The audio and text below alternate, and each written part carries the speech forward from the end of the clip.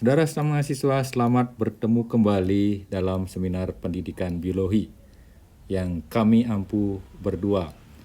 Saya ingin melanjutkan pembahasan kita dalam video sebelumnya, dan nanti mungkin Pak Sri akan memberikan tambahan melalui WhatsApp group.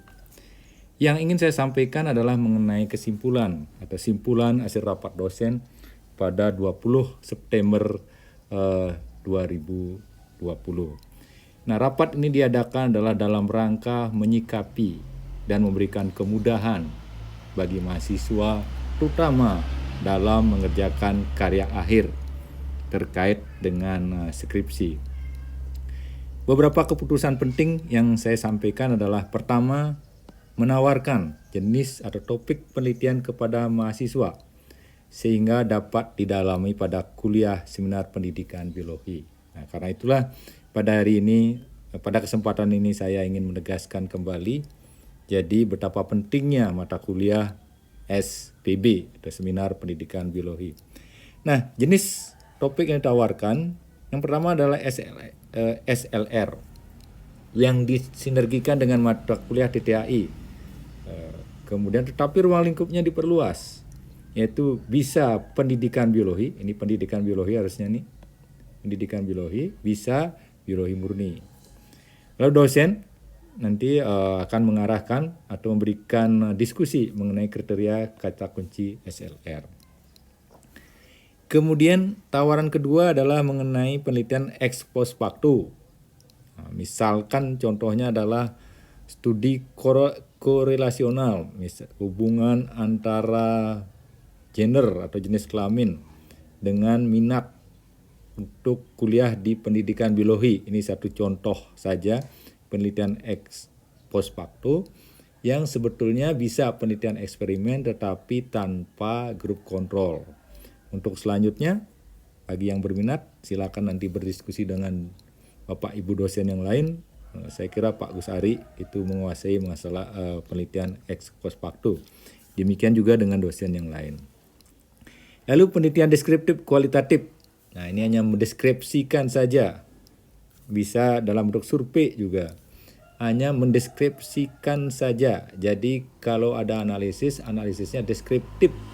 Misalkan dalam tabel, gambar, diagram, dan sebagainya. Tanpa disertai dengan analisis inferensial untuk menyimpulkan hipotesis. Jadi tidak disertai dengan analisis tersebut.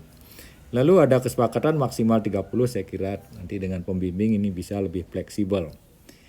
Nah, berikutnya ada R&D atau Research and Development. Ini jangan dipikirkan terlalu ribet. Ini sebetulnya bisa penelitian mengenai pengembangan perangkat pembelajaran. Misalkan RPP, kemudian handout, lalu LKS, atau buku saku. Misalkan digunakan pendekatan 4D, itu sudah termasuk pada penelitian R&D. Nah, juga poin penting adalah diharapkan setiap angkatan, misalkan mahasiswa Bio 38 ini, topiknya tidak semua mengumpul pada satu dari 4 tawaran ini. Jadi tidak semua misalkan pada SLR, tidak semua pada ex post facto. Karena itu diharapkan menyebar. Dan hari ini saya berharap, atau saya dengan Pak Sri berharap, Anda sudah menawarkan atau sudah mempelajari atau sudah memiliki topik rencana penelitian skripsi. Kemudian kami akan petakan siapa yang SLR, siapa yang kira-kira ex post facto, siapa yang deskriptif kualitatif, dan siapa pula yang R&D. Simpulan yang lain adalah mengenai tugas akhir. Ini juga dalam bentuk penyederhanaan, kan kemudian mengefektifkan. Jadi karena itu disepakati bentuk skripsinya dengan struktur atau substansi artikel.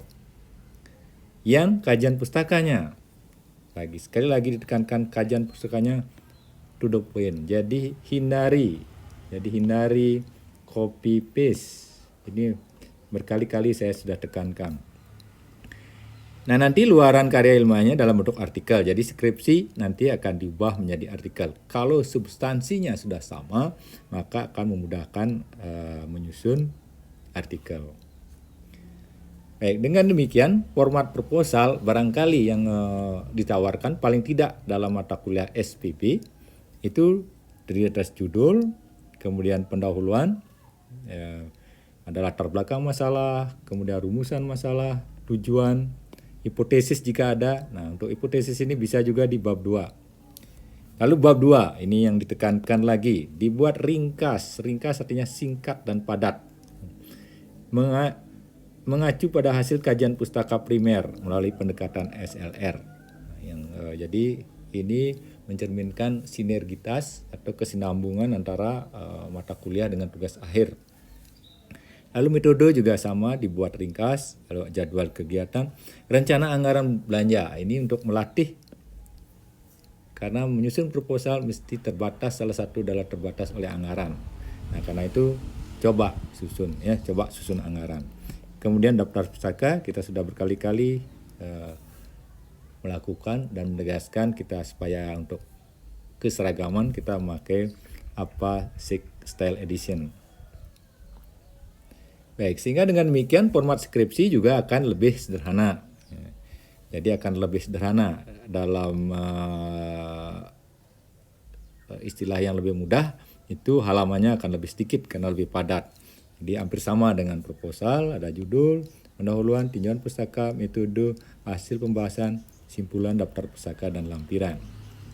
Sehingga nanti kalau dibuat artikel tinggal lampiran ini tidak ada, kemudian tidak ada bab, seterusnya. Nah, dengan demikian maka kita akan menghasilkan skripsi yang juga sudah siap untuk menjadi artikel. Nah, dengan demikian jadi itu kira-kira pengantar kuliah pertama. Nanti Pak Sri akan berikan tambahan. Nah, tadi saya sudah menegaskan, silakan topiknya. Topiknya mulai sekarang sudah dipikirkan. Jadi topik, kemudian bidang penelitiannya, tidak SLR, siapa yang SLR, siapa yang deskriptif kualitatif, siapa yang expose facto, siapa yang R&D. Walaupun tidak keempatnya harus ada, tapi paling tidak 3 di antara 4 ini tercerminkan dalam skripsi mahasiswa angkatan ini. Nah, ini yang sudah disiapkan. Jadi Anda sudah mulai berpikir menyiapkan ini dalam bentuk PPT saja dulu. Jadi ada PPT-nya, nanti ada pendahuluan, ada tinjauan pustaka, ada metode, kemudian ada daftar pustaka. Nah, itu yang akan dipresentasikan sampai UTS. Pada saat UTS itu maka yang nanti dikirim itu melalui Google Classroom adalah draft pertama proposal ya, Nah, ini kira-kira seminggu sebelum UTS.